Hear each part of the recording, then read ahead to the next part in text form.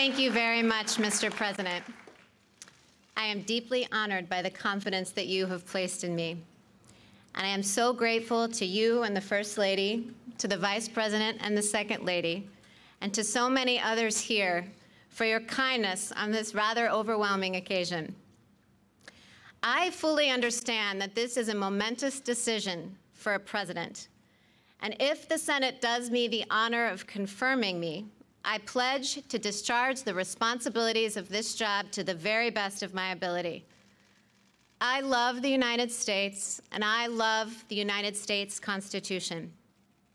I am truly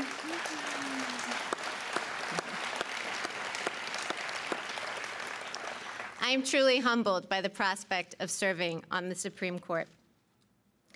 Should I be confirmed, I will be mindful of who came before me.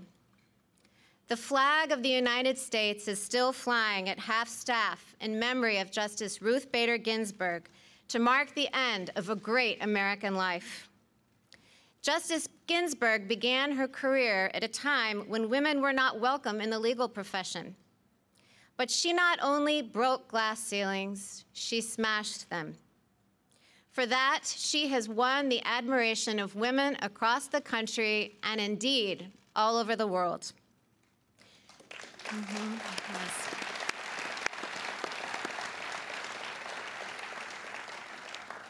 She was a woman of enormous talent and consequence, and her life of public service serves as an example to us all. Particularly poignant to me was her long and deep friendship with Justice Antonin Scalia, my own mentor. Justices Scalia and Ginsburg disagreed fiercely in print without rancor in person. Their ability to maintain a warm and rich friendship, despite their differences, even inspired an opera. These two great Americans demonstrated that arguments, even about matters of great consequence, need not destroy affection. In both my personal and professional relationships, I strive to meet that standard. I was lucky enough to clerk for Justice Scalia, and given his incalculable influence on my life, I am very moved to have members of the Scalia family here today, including his dear wife, Maureen. I clerked for Justice Scalia more than 20 years ago, but the lessons I learned still resonate. His judicial philosophy is mine too. A judge must apply the law as written.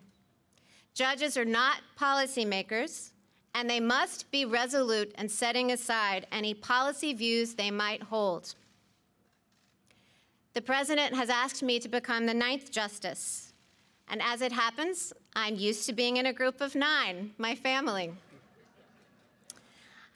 Our family includes me, my husband Jesse, Emma, Vivian, Tess, John Peter, Liam, Juliet, and Benjamin.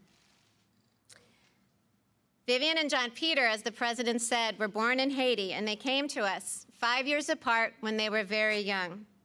And the most revealing fact about Benjamin, our youngest, is that his brothers and sisters unreservedly identify him as their favorite sibling. Our children obviously make our life very full. While I am a judge, I'm better known back home as a room parent, carpool driver, and birthday party planner. When schools went remote last spring, I tried on another hat. Jesse and I became co-principals of the Barrett e-Learning Academy.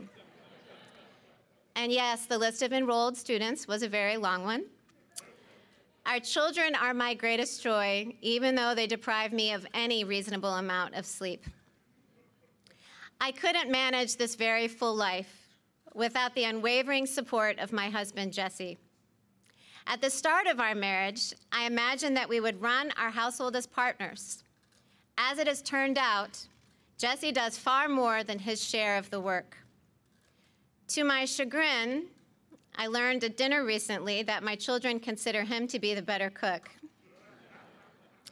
For 21 years, Jesse has asked me every single morning what he can do for me that day. And though I almost always say nothing, he still finds ways to take things off my plate. And that's not because he has a lot of free time. he has a busy law practice. It's because he is a superb and generous husband, and I am very fortunate. Jesse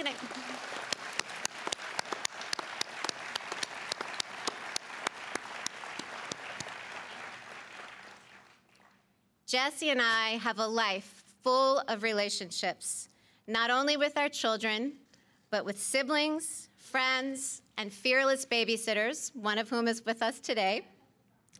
I am particularly grateful to my parents, Mike and Linda Coney.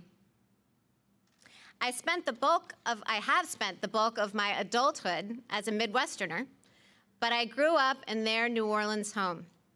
And as my brother and sisters can also attest, Mom and Dad's generosity extends not only to us, but to more people than any of us could count. They are an inspiration. It is important at a moment like this to acknowledge family and friends. But this evening, I also want to acknowledge you, my fellow Americans.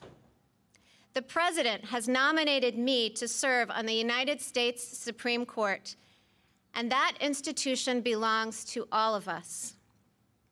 If confirmed, I would not assume that role for the sake of those in my own circle, and certainly not for my own sake. I would assume this role to serve you. I would discharge the judicial oath, which requires me to administer justice without respect to persons, do equal right to the poor and rich, and faithfully and impartially discharge my duties under the United States Constitution. I have no illusions that the road ahead of me will be easy, either for the short term or the long haul. I never imagined that I would find myself in this position. But now that I am, I assure you that I will meet the challenge with both humility and courage. Members of the United States Senate, I look forward to working with you during the confirmation process, and I will do my very best to demonstrate that I am worthy of your support. Thank you.